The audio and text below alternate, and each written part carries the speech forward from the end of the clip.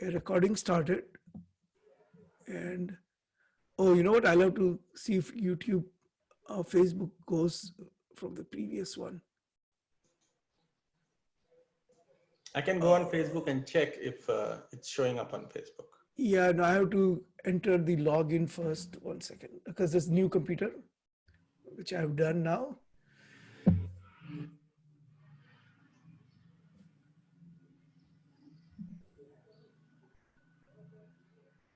So I'm going to share it instead of on timeline. I should share it on the page, right? Or share on the timeline. No, share it on the timeline. But are you logged in as VHP America? Whatever login you've given me. By the way, it's recorded. So yeah, so you are at the do it on the timeline. I will share it on the page as well. With wherever you want to do it. I will share it on the other one. I'm on it. So last time, what did we do? We did it on the page. You shared it on the World Hindu Council of America page. So do you want to keep it consistent? Yeah, do it consistent. So let's do it on the World Hindu Council of America page. I'll share it on the other one. Okay, so it's going to World Hindu Council of America page. Yep, that's the only one I have here. And 3, 2, 1, it's preparing to stream.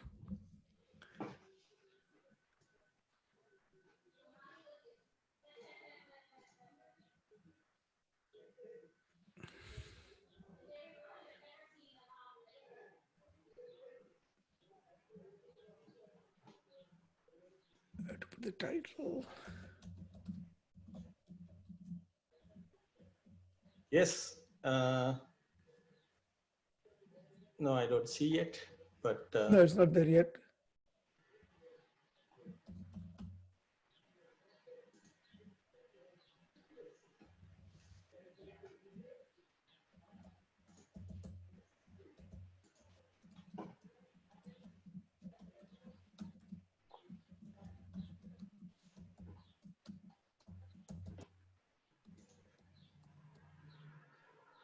And do we have any groups to share with or no? No. Just do it on the. People share it with other groups on their own. I have a group I can share it with, but HinduNet has 4,500 followers. So how do I share on HinduNet? So we just post the link. Once your video starts streaming, you just copy paste the link and share it on HinduNet. Okay, so I'm going to go live now. Yes. There is a difference in timing, but I think that is to be expected because it's a test right now. You don't see anything live right now, right? I mean, you are recording it, so you might be going on. I'm just looking at the preview, I think. Okay, I'm going to go live. Okay, 3, 2, 1, go.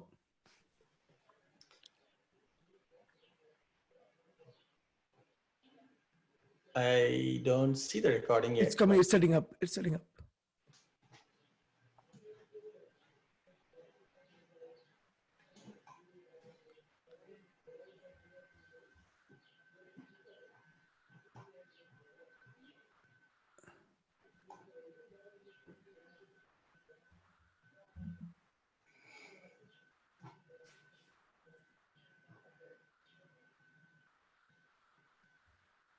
Let me know when you see it. So it says it's coming on Facebook, but I don't see it yet. Okay. All right. It's live. So namaste. This is Ajay Shah. I'm the Executive Vice President of Vishwa Hindu Parishad of America, World Hindu Council of America, VHPA. And with me is Utsav Chakrabarty. Utsav, introduce yourself. Namaste, everybody. This is the third Hindu Cafe, and we look forward to having an engaging conversation. And namaste, Ajay bhai. Namaste. So HinduCafe is rolling with we are on our 3rd episode now, and it's becoming a lot of fun now. And I think we are bringing really good issues to light. We're getting feedback from people. People are excited that there is actually a America-focused Hindu program now on Facebook and YouTube. And for those who are, who are watching it as recorded, who are going to join in future, we always come live at around 11 o'clock on Sunday. We are on the World Hindu Council of America page on Facebook, and it's a 30-minute show and about the contemporary issues that are related to Hindus in America. So this week's topic, last week, as you know, we talked about the murder of sadhus in India. And it was really, we got a lot of feedback. People are Hindus and non-Hindus around the world actually are really, um, are really impacted with emotions on an issue like that. And would you believe that the same week, there were two more instances of Hindu sadhus being murdered? It's almost like there is a concerted effort to kill these sadhus who are the Hindu religious monks in India right now. Because just in a span of about 10 days, there have been 3 separate incidents. And it's almost that these are if you wear a bhagwa and if you're walking in India, you're a marked person. Correct. And that also points out that despite the claims that are often made around the world that there is there is intolerance in India and the Hindu community is quote unquote intolerant, it is clearly visible that there is enough critical mass of Hindu hater, I could say criminal elements within India that are active and seeking out, despite law and order elements actively looking out for them and actively seeking them to arrest them, they're still active in aggressively attacking Hindus, and especially Hindu sadhus, because spiritual leaders in Hinduism play an important role in as an act of, in keeping the community together and providing spiritual support to the community. So if you take out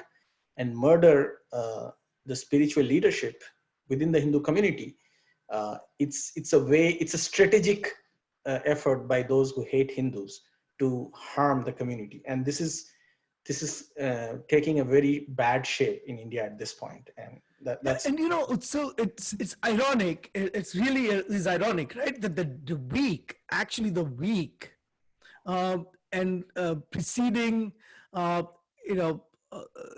If you look at the incidents that happened in last 10 days, it's the same at the same time. In the last week, the United States Commission on International Religious Freedom, which is known as USCIRF, came out with its annual report. And in this annual report, they designated India to be a country of particular concern and put it in the same category as the places where there's absolutely no religious freedom. India is a pluralistic society. India has many faiths. They've coexisted for thousands of years. When Jews found refuge in India, that's the only country that were not persecuted. And throughout the history, India was hospitable to people who came and presented a different idea of spirituality. And India gets designated with countries where you actually get killed for professing your religious beliefs. And I want you to hear this, what the commissioner of USCIRF, Tony Perkins, had to say. Before you do that, Ajay Bhai, I want to point out one thing for the listeners, that USCIRF is not a government body in America. It is a quasi-governmental body. It does receive funding from the Congress, but it in no way represents the opinion of the government of that particular time or the opinion of the State Department. So I just wanted to have that get out of the way, and then you can go ahead and play Tony Perkins' video. Okay, so here is here is Tony Perkins' video, and as you know, we are evolving a show. So if you have any technical difficulties, please let me know. Okay, just a second. Here we go. India. Separately, what, if any, message are you trying to send to state and to the Indian government about religious freedom in the world's largest democracy? A good question, one that I'm sure that many are going to have.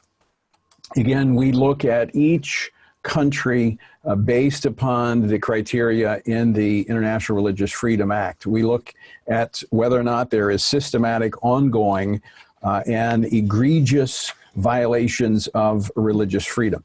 Now, for historical context, India has been on USCIRF's Tier 2 list since 2010. But as a majority of the commissioners believe that this country is trending in a very negative direction. One of the tipping points in terms of the systematic violations was the passage of the Citizenship Amendment and approval of the National Population Register. Now, this is only in one of the 28 states in Assam, but if you extrapolate out what this is doing, potentially we could see 100 million people, and there's the intentions of the national leaders are to bring this about throughout the entire country, making it difficult for Muslims in particular who have to prove their citizenship, potentially being left out of the country. As I said, if you extrapolate what is happening in Assam with the National Register of Citizens, you could potentially have 100 million people, mostly Muslims, left stateless because of their religion. That would be obviously an international issue if you have 100 million people stateless.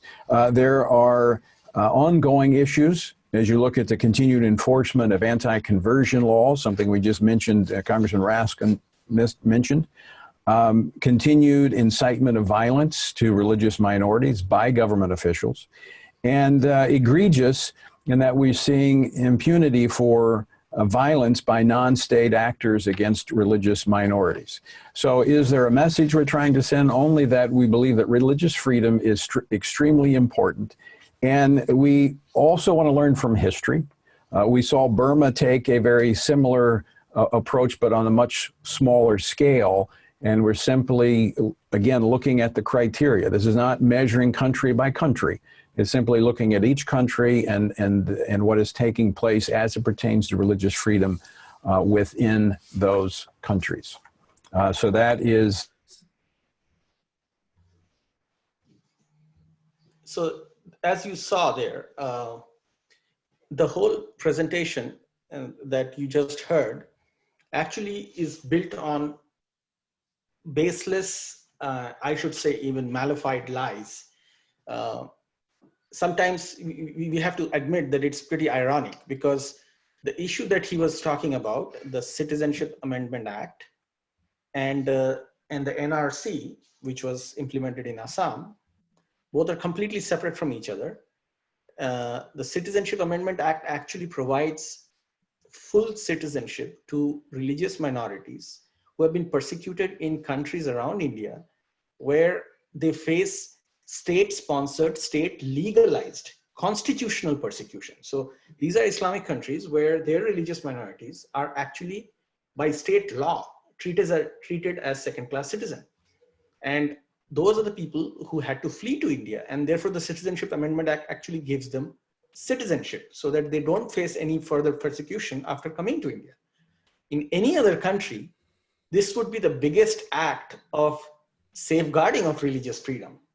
But to USCIRF, it is actually being treated as not safeguarding religious freedom and is being treated as persecution. So it's pretty ironic that this institution, quasi-government institution, actually came up with this narrative to target India. But interestingly, Mr. Perkins gave away the core reason behind targeting India in one sentence, where he said that the states in India are making laws that are stopping religious conversion. So he kind of, it was probably a Freudian slip in a sarcastic way on his part, because that's where he's coming from. He's an evangelist with quite fundamentalist worldviews, and he simply cannot accept that there are 1.3 billion Hindus who practice a native 7,000-year-old religion that has not been snuffed out of the face of the earth yet. And that's pretty much so simply where he's coming.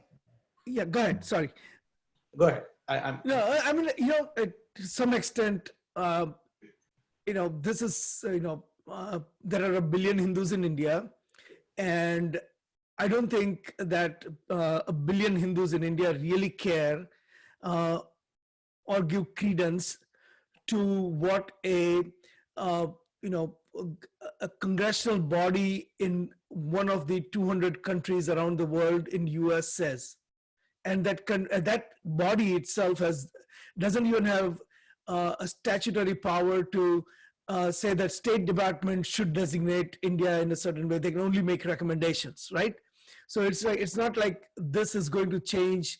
This is going to change the ground realities in India, where a country that is built on Hindu ethos of inclusion, Hindu ethos of respect for everyone, Hindu ethos of all inclusiveness. And this particular report has really very little bearing. And if there is a bearing, then the government of India and the people from India will have a lot to say, or maybe not, depending on how they see the report. As I said, it's a commission that is that cannot even influence, that cannot even mandate American government to do anything, much less Indian government or Hindus around the world or Hindus in India. I am particularly concerned about the impact this particular report is going to have on Hindus in America. Okay. Think about it. Here is a chairman who has said a lot of things about Hindu Dharma. In past, he has said a lot of denigrating things about Hindu practices in past, and we'll come to that a bit later of what actually he has said on all this. Mm-hmm. This is the chairman who we know is biased. This is the chairman who we know has an agenda, and he uses his bully pulpit in some ways to make mockery of Hindus and Hindu Dharma. True. Now look at all the people in America who are Hindu-phobic, who are anti-Hindu. They will take, and we already know that there's a direct connection between mockery of religious tradition and bullying. We already know that there's a direct connection between mockery of religious tradition and physical attacks. Okay, I would say that this kind of these kinds of reports will have a direct impact on a kid who's going to high school, who's going to get bullied, a shop owner who is working a night shift at a 7-Eleven and who's going to get attacked because he or she is a Hindu. And this generates the hype of India phobia that will percolate in the American textbooks and will have enormous impact. What do you have to say? Well, I completely agree with you. And in fact, I would go ahead and add something about Tony Perkins, who leads USCIRF. He is not only Hindu-phobic very publicly, based on the comments he made a couple of years ago against yoga, but he's also, even by American standards of morality and social outreach, he hates the LGBTQ community. He was publicly criticizing Pete Buttigieg, the Democratic candidate for president, the presidential elections, who just bowed out a couple of months ago. When he first started running, he was against Pete Buttigieg because he was a LGBTQ person. So USCIRF should have to look into their membership and figure out how a person who hates LGBTQ people, who hates anybody who is diverse, either racially or by religion, become the head of an agency, quasi-governmental agency, that is looking into religious freedom in other countries of the world.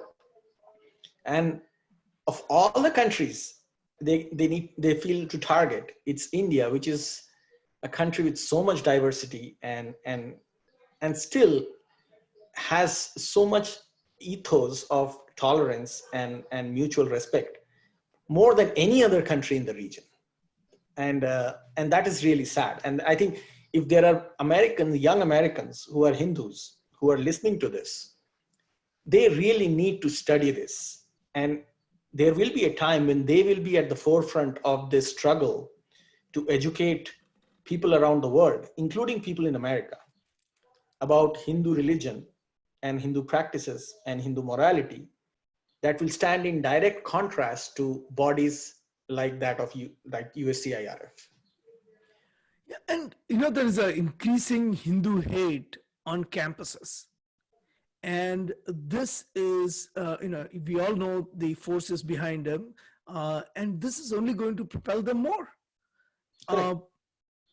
Today on campuses, a Hindu has to hide his or her identity because expressing the identity can invite all sorts of negativity. If a Hindu is trying to today run for Congress or run for presidency like Tulsi Gabbard did, look at all the barrage of attacks that they have to endure. So it's almost like forcing people. Reports like it actually forces people to hide their hide the religion they are following and pretty much practice Hindu Dharma underground.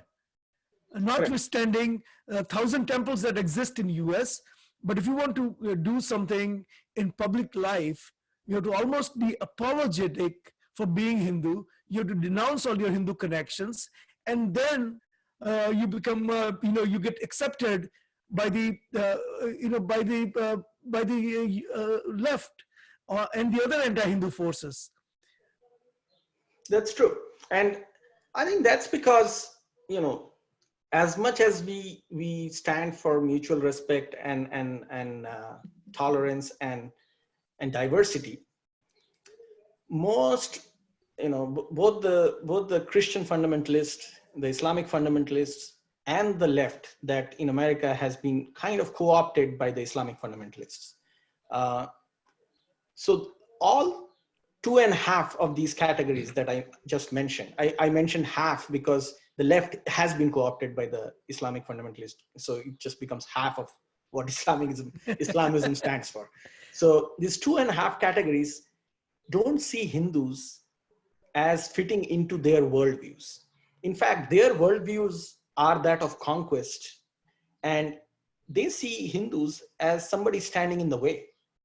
And they go back to their own histories and derive inspiration from their historical conquests. So if you look at the Christian fundamentalists, they derive inspiration from how they conquered South America and wiped out the native populations there and their native religions, which were highly advanced.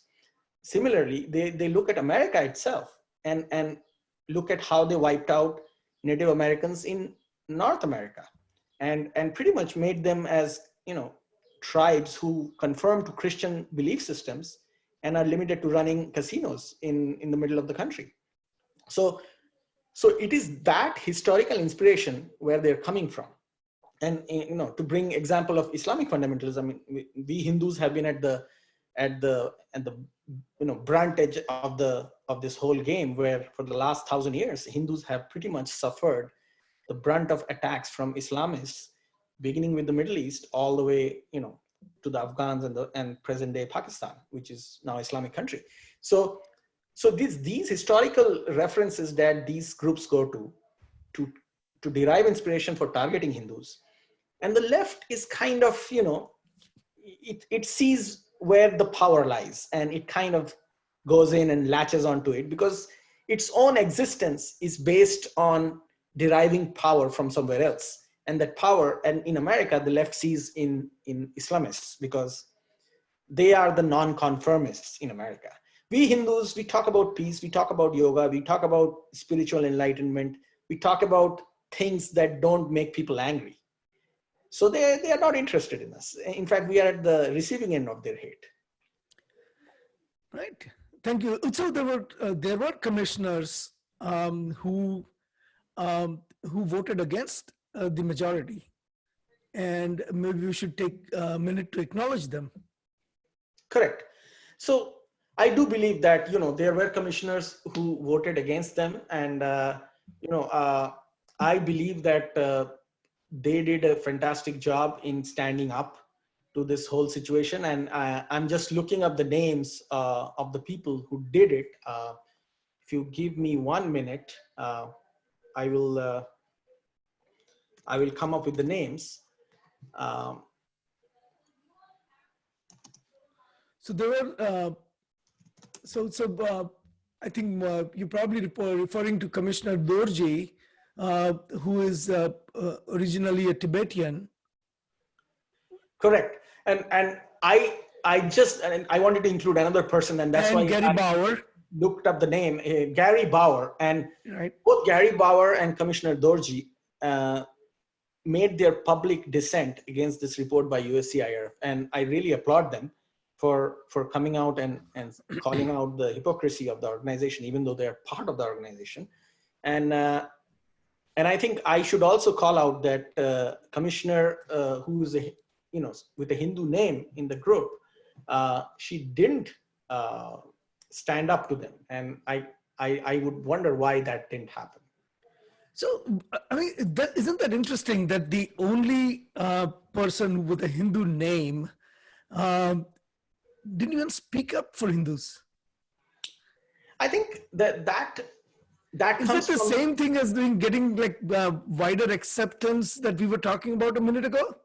That people want to be accepted, and people want to be liked, and people want to have a future in Washington D.C. in the and all of this kind of leads them to kind of demonstrate that, look, I'm not Hindu.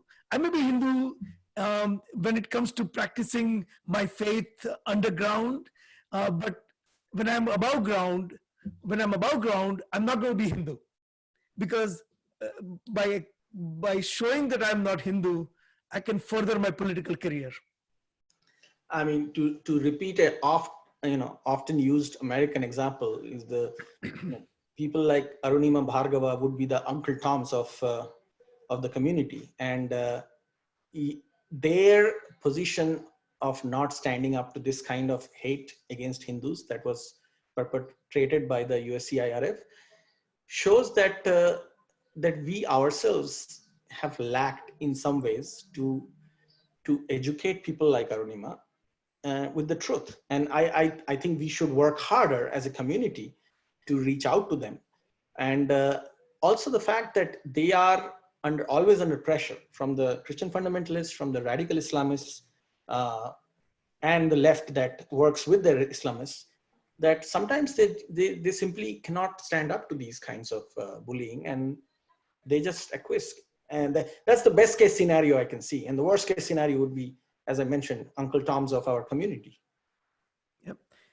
So we are going to introduce, we're going to introduce two new segments in this show. One of them is going to be highlighting or honoring someone with Hindu Hater of the Week designation, and the other segment we are going to have is highlighting the Seva Act or Service Act of the Week. As you know, that Hindu community in America is dedicated to serving the society. Hindu community, whether it's VHPA or World Hindu Council of America, or whether it is, there's hundreds of organizations, mandirs, all of them are actively serving the community around them all over the US. And a lot of their effort goes unrecognized. And one of the things that we are going to do in this show is actually take one act of seva every week, and we are going to highlight that act every week. And we are going to call that segment Seva Act of the Week.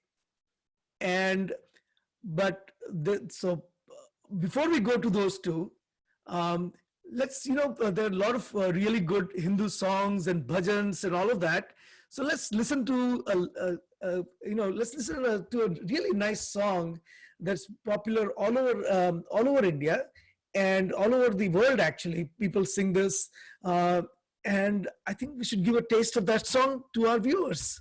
So I am going to bring that up and have everyone just kind of listen in and see what they think. Okay, so let me bring up that song, and here we go.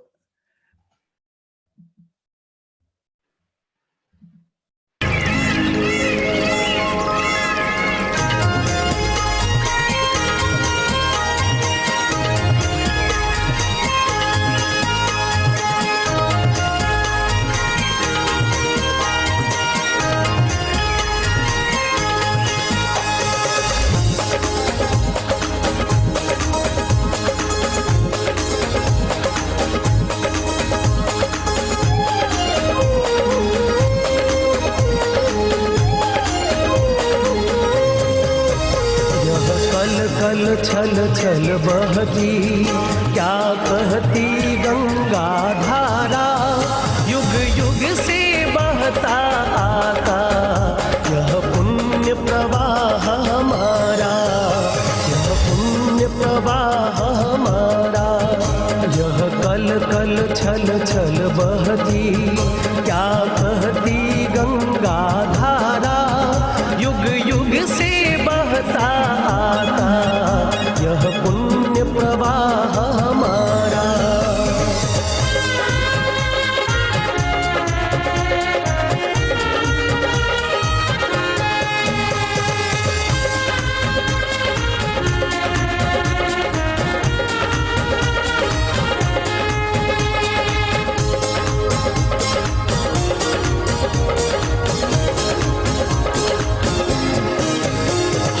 इसके लघुतम जल कण बनते मिटते हैं क्षण क्षण, अपना अस्तित्व मिटाकर तन मन धन करते अर्पण। बढ़ते जाने का शुभ प्रण ताणों से हमको प्यारा, यह पुण्य प्रवाह हमारा, यह पुण्य प्रवाह हमारा। यह कल कल छल छल बहती क्या कहती गंगा धारा, युग युग से बहता आता यह पुण्य प्रवाह हमारा।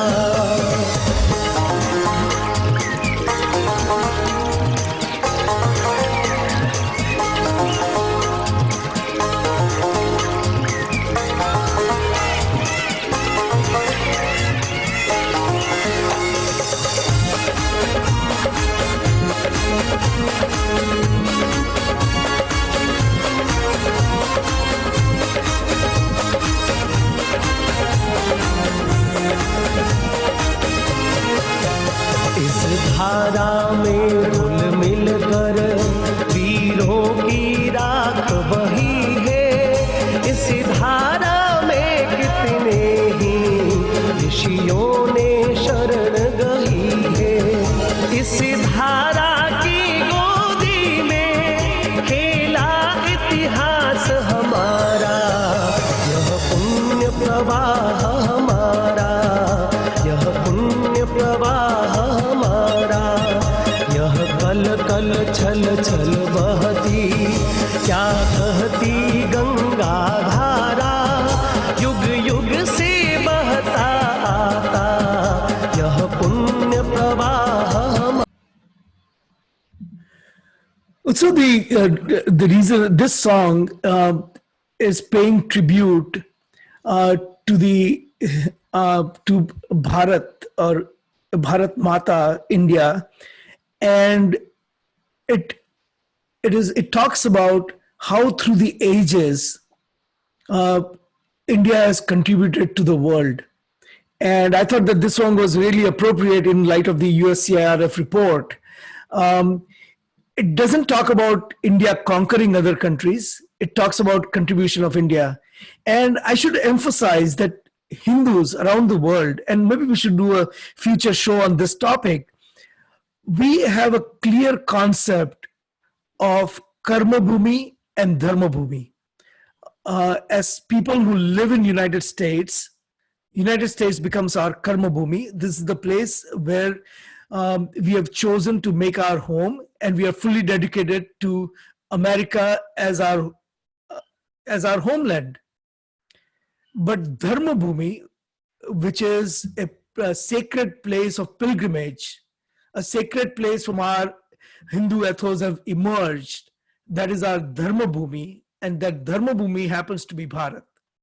And so we are nationalist first, and in our case that means that we live in America, when there is a need, where there is any of the things that country demands, we are here for America. Absolutely. At the same time, our religious roots lie in India. Correct. And I mean, this whole concept of, India as in the land of the Hindus' pilgrimage sites, being the Punya Bhumi, wherever we are, we could have a different Janma Bhumi. We could be born in Japan, we could be born in Indonesia, we could be born in America, we could be born in Germany, like millions of Hindus are. And we could be migrating from India to another country. So we could be born anywhere, we could have migrated to any country. But in India, as in the land where Hindus' pilgrimage sites are, remains Punya Bhumi for Hindus around the world. And when I say India, we have to always be very careful, especially for people around the world who are not Hindus, to understand that it's not just a geographical identity, as in what India stands today. We have lost pilgrimage sites in Afghanistan. We have lost pilgrimage sites in what is present day Pakistan. So these are all places that are holy to us. I mean, if you go to the salt ranges in what is present day Pakistani Punjab, we have thousands of years of temples, hundreds of them that lie in ruins. We have Hinglaj in Balochistan. So those are also part of the quote unquote India we talk about. In fact, the largest Hindu temple in the world is in Cambodia, which is the Angkor Wat temple. So I want to make sure that young viewers who do not delve into these issues all the time, who do not look at the world this way, understand that India is not just a geographical piece of land in Asia. It is a religious, spiritual continuum that resides in Asia that is very holy to Hindus. And we could be born anywhere in the world, we would still look at that India as our Punya Bhumi. And it could be we could be of any ethnicity or any nationality. We don't have to look like someone who is from India. You could be someone from Africa, you can be someone from Southeast Asia, you can be someone from South America, you can be someone from North America, you can be from any Caribbean islands, you can be from any place in the world, you can be any ethnicity, any caste, color, creed, any nationality, and you can still be a Hindu, and you can still call Bharat your Punya Bhumi. Correct. Hey, Utsav, I want to move on to the next segment, which everyone is holding their breath on, and that is who is going to be our inaugural Hindu hater of the week. So let me play you a little sound clip, and that would, I'm sure that it would not come as a surprise to anyone, but here is the sound clip that I particularly picked for this week's Hindu hater of the week, and please. Let me, all right. So here is the sound clip for you and all our viewers and listeners.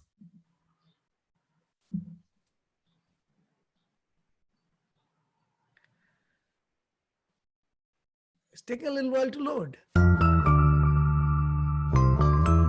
In the military, it's out with God and in with the goofy. Hello, I'm Tony Perkins with the Family Research Council in Washington. As part of some new training, Marines are being asked to join weekly yoga and meditation classes. Sergeant Nathan Hampton said the idea took some getting used to. Quote, why are we sitting around a classroom doing weird meditative stuff, he wondered. Former Army Captain Elizabeth Stanley says it's to relieve stress. She's the one behind MFit, or Mind Fitness Training. She insists the New Age approach, quote, creates a sense of calmness, reduces drug and alcohol use, increases productivity, and improves working relationships. What a coincidence. So does faith. Unfortunately, the military seems intent on driving religion out and replacing it with wacky substitutes. They've added atheist chaplains, Wiccan worship centers, and now meditation classes. But none of them are as effective or as constructive as a personal relationship with God.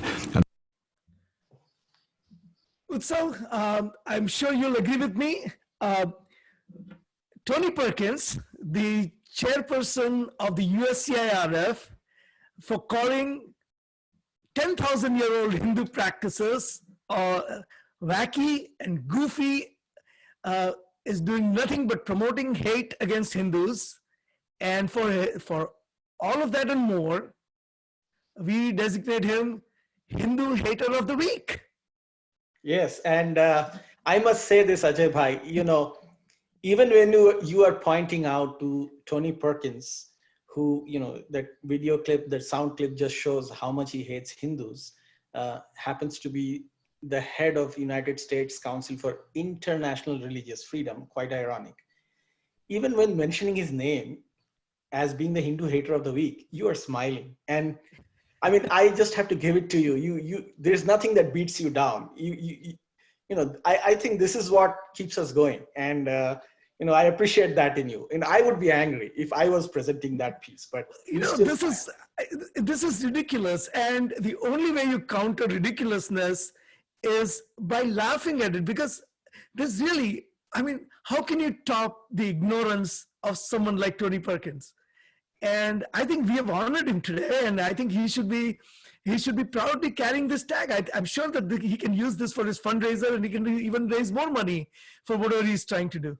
So give it to him and let him proudly display the badge that he's the Hindu Hater of the Week, as designated by the HinduCafe. Yeah, let's go with it. I'm sure he doesn't care or even considers us as meaningful citizens of this planet. But wait till this show becomes the #1 show on Facebook, and then he'll care. We are on our way up. So last week, about over 4,000 people saw the show. Yes, and yes. I'm hoping that this week it will be more. Hey, Utsav, we should always end with a positive. And I know we're a little bit over the time, but I think people won't mind. The positive on this is Seva Act of the Week.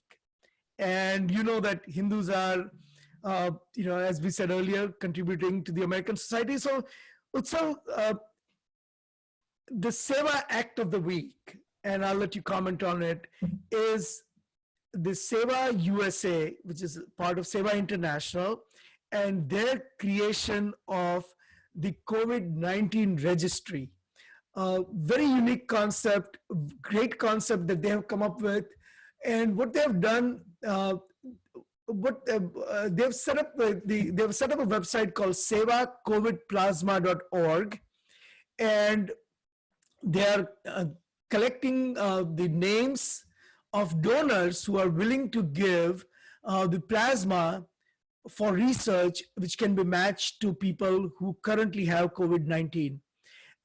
Great concept, unique concept, and it's not done as amateurs. They have physicians who have signed up and have validated. So it's an experimental therapy, but matching the blood donors with critically ill COVID-19 patients and seeking the plasma, I think that is a great concept, a unique concept. And for that, Utsav? This week's Seva Act of the Week is Seva USA's COVID-19 Plasma Registry. Your comments. Well, first of all, I would like to congratulate Seva USA for taking the lead in this effort and coming up with this unique and I would say very helpful effort, because more and more people who are coming out of this affliction have the ability to provide help to those who are being afflicted new. And as this sign, there's little sign of these things going down. The COVID continues to rage across America. More and more people are getting infected. I think we would reach a point where this would actually be saving hundreds of lives every day. So I think this idea and the way they went about doing it, creating this plasma registry is a fantastic idea. I think it should be replicated in other cities in America. I think it's right now in only a couple of cities. And I would say it should be replicated in other countries of the world as well. So I would really congratulate Seva USA for it. And thank you for bringing this up. Thank you. So with that, we end this week's Hindu Cafe. And Hindu Cafe is always live every Sunday at 11 o'clock Eastern, 8 o'clock Pacific, and corresponding times around the world on Facebook. And the videos are going to be soon posted on our YouTube channel as well. So please look out for the videos on YouTube. Look at the replay of the show on Facebook. Tell your friends all about it. It's Hindu Cafe, World Hindu Council of America, VHPA, weekly program on Facebook Live, hosted by Utsav Chakrabarty and Ajay Shah. Namaste. Namaste, everybody, and see you all next week around this time. Namaste. Namaste.